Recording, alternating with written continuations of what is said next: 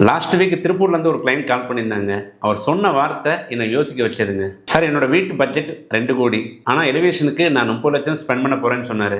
நான் வேணான்னு சொன்னேன். அவர் ஏன் பண்ணக்கூடாதுன்னு என்கிட்ட கேட்டுட்டு ஒரு விஷயம் சொன்னாருங்க. அது இன்னும் எனக்கு ஞாபகத்தில் இருக்குது. சார், நான் சின்ன வயசுலேருந்தே இந்த சொசைட்டிலேருந்து ரொம்ப அடி வாங்கியிருக்கேன் சார். நான் அதனால் இவங்களுக்கெல்லாம் யாருன்னு காமிக்கணும்னு கேட்டார். நான் ஒரே ஒரு கேள்வி கேட்டேன். இந்த வீடு சொசைட்டிக்காண்டி கட்டுறீங்களா இல்லை உங்கள் ஃபேமிலிக்காண்டி கட்டுறீங்களான்னு கேட்டேன். நான் 30 லட்சத்துக்கு எலிவேஷன் பண்ணுறது தப்புன்னு சொல்ல வரல சார். ஆனால் அந்த 30 லட்சம் ஸ்பெண்ட் பண்ணுறதுக்கு ஒரு பர்பஸ் இருக்கணும். ஒரு வீடு இம்ப்ரெஸ் பண்ணுறதுக்காண்டி கட்டவே கூடாதுங்க.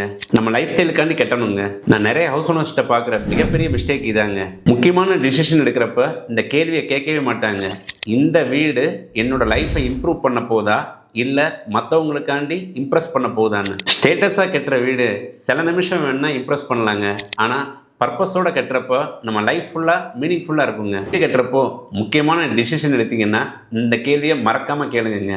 இந்த வீடு எனக்காக கட்டுறேனா இல்லாட்டி மற்றவங்களுக்காண்டி கட்டுறேனான்னு டிசைட் பண்ணிவிட்டு வீடு கட்ட ஆரம்பிங்க. இந்த ஒரு கேள்விக்கு நீங்கள் ஆன்சர் பண்ணிட்டீங்கன்னா உங்கள் லைஃபுக்கு ஒரு மீனிங்ஃபுல்லான வீடை நீங்கள் கட்டலாங்க. டிசைனுக்கு முன்னாடி கிளாரிட்டி.